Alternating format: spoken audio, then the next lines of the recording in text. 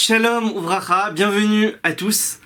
Je rappelle à tous nos amis que notre yeshiva à Jérusalem accueille les jeunes francophones qui veulent venir faire un passage, se renforcer dans l'étude de la Torah. Renseignements au numéro WhatsApp. Alors il faut savoir que dans la Torah, le jour de Rosh Hashanah est appelé Yom Teruah. Comme il est écrit dans le Chumash Bamidbar, chapitre 29, verset 1, Uva Chodesh Hasheveri, et le 7e mois, Bechad la Chodesh, le premier du mois, Yom Teruah Yeh Lachem. Ce sera pour vous un jour de sonnerie, et ce verset, il fait référence au jour, bien sûr, de Rosh Hashanah. Et donc la Torah, elle appelle ça le Yom Teruah, le jour de la sonnerie, puisqu'on sonne du shofar.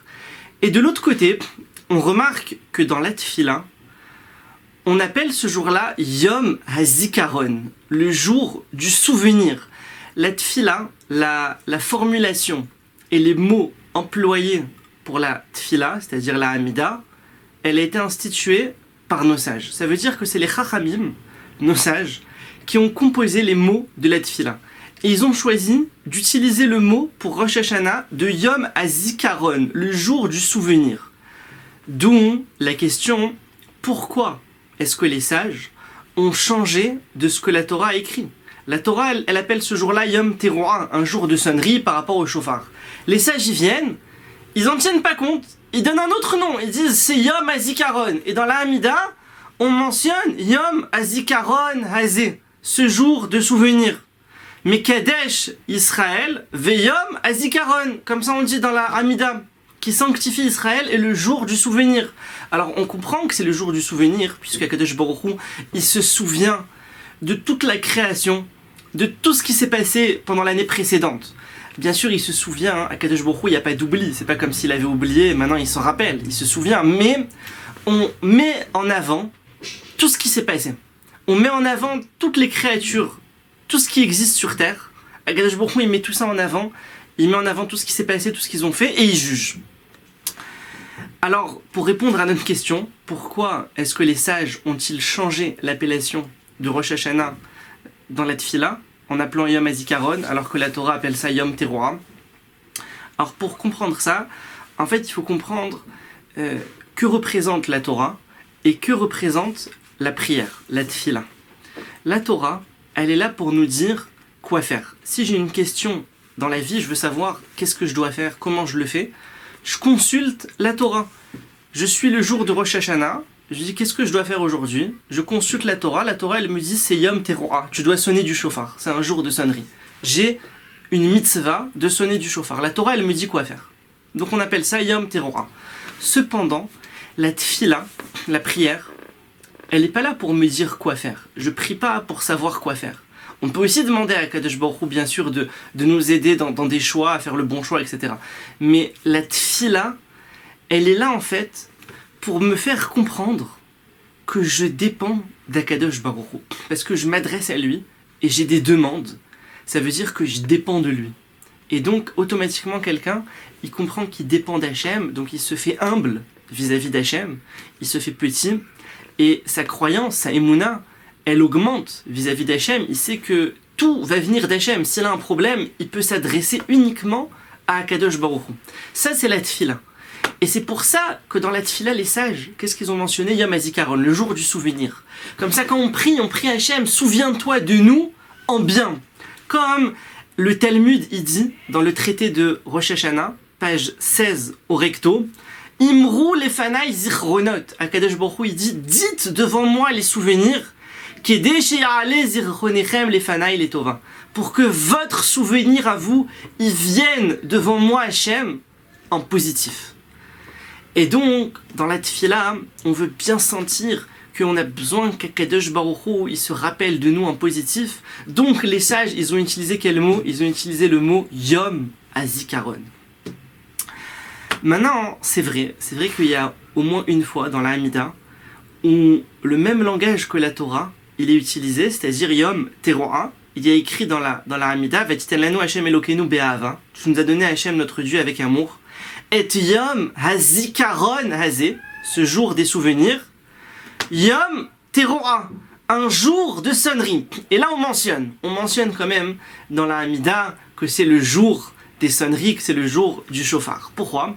Parce que les sages, ils ont quand même jugé essentiel de mentionner au moins une fois la présence du chauffard, puisque le chauffard c'est une partie essentielle de Rosh Hashanah, puisque c'est lui qui va nous réveiller à la Teshuvah. Et d'ailleurs il faut savoir que le mot Teruot, le jour de Teruah, la sonnerie, c'est la même racine que Terora. Terora, ça veut dire en hébreu se réveiller. Ça réveille. Et en fait, le chauffard, c'est un réveil. Et le chauffard, il est là pour nous faire teshuva, pour nous réveiller. Comme si on agite quelqu'un, on lui dit réveille-toi, on le bouscule. Donc là, il y a ce son qui vient nous bousculer et nous dire réveillez-vous.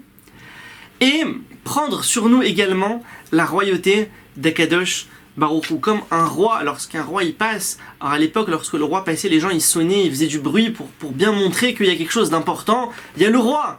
Donc là aussi, nous on fait du bruit, on sonne du chauffard pour bien proclamer qu'il y a le roi et qu'on prend la royauté d'Akadosh Baruch Hu sur nous. Alors un deuxième point que j'aurais voulu aussi aborder avec vous. Pourquoi dans la tfila de Rosh Hashanah on demande à Akadosh Baruch Hu, Sheigzor Alenu Gezerot Tovot, qui décrète sur nous des bons décrets. On demande à Hachem, on dit à Hachem, on veut des bons décrets, tu décrètes sur nous des bonnes choses. Attention, ne décrète pas sur nous des mauvaises choses. Or, on sait très bien que tout ce que Akadosh Baruch Hu il fait, c'est pour le bien. Que ce soit mauvais ou que ce soit bien à nos yeux, au final, c'est pour notre bien. Akadosh Baruch Hu, tout ce qu'il nous envoie, c'est du positif et c'est du bien. Même si à nos yeux, ça n'a pas l'air bien. Comme l'exemple d'un enfant, sa maman, elle le prend, elle l'emmène pour le doucher, et l'enfant, il hurle, il se débat, il veut pas se doucher, et pour lui, il souffre, il a l'impression qu'on est en train de le tuer, mais c'est pour son bien, il va sortir, il va être propre. Seulement, comme c'est un enfant, il comprend pas. Donc nous aussi, vis-à-vis d'Akadosh Baruch Hu, on a ce même statut, on est comme des enfants. On comprend pas. Des fois, il nous arrive des choses dans la vie, des difficultés, ça peut être des problèmes d'argent, des problèmes de santé, des difficultés que quelqu'un y rencontre, et on a l'impression que c'est mauvais. Mais en fait, c'est pour notre bien. Seulement, nous, on est encore un petit peu enfant par rapport à Akadosh Baruch Hu, et on voit pas plus loin. On voit pas loin, on voit pas à long terme, on sait pas ce qui va se passer dans le futur. Donc, des fois, ça peut nous paraître pas bon. Alors ici dans la tfila, qu'est-ce qu'on demande à Hachem? On lui dit, on veut que des bonnes choses à Kadosh Baruch Hu, c'est-à-dire on veut aussi à nos yeux que ce soit bien. On veut que dans l'année qui arrive, il se passe que des choses bien et des choses bien à nos yeux, pas des choses mauvaises qui au final vont être bien. On veut que du bien et à nos yeux aussi. Alors en fait, il faut comprendre que quand on demande à Kadosh Baruch Hu, s'il te plaît Hachem, des bonnes choses, en faisant ça, on comprend qu'Akadosh Baruch Hu, c'est lui qui gère le monde entier, c'est lui qui renouvelle la création à chaque instant, c'est lui qui donne la vitalité à chaque chose, à n'importe quelle seconde. Et en disant ça, en demandant à Kadosh Baruch Hu des bonnes choses, en demandant en fait, on se rend compte qu'on dépend entièrement d'Hachem, qu'on est entièrement dépendant. Et donc en se rendant compte de ça, bien sûr, on va se faire petit, on va être humble devant Hachem comme on l'a dit, et on va surtout avoir une émouna qui va être plus forte, une foi en Akadosh Baruch Hu qui va être plus grande. Et en fait, tout ça, ça va faire office de levier.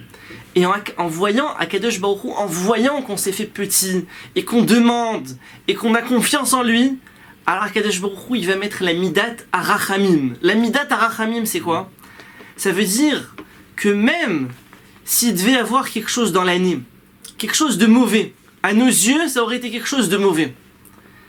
Et bien Kadosh Baruch Hu, il va le transformer pour qu'à nos yeux, ce soit aussi quelque chose de bien. Pour faire en sorte que dans l'année qui arrive, il y ait uniquement des choses bien et des choses bien à nos yeux. Qu'il n'y ait pas des choses qui soient mauvaises pour un bien futur, mais en attendant à nos yeux c'est mauvais. Non, uniquement de la rachamim avec une année où il y aura des choses qui vont être bien à long terme, mais aussi bien à nos yeux. Tevorechou Mipia Elion, soyez bénis de la bouche d'Hachem. À bientôt. כל הנשמות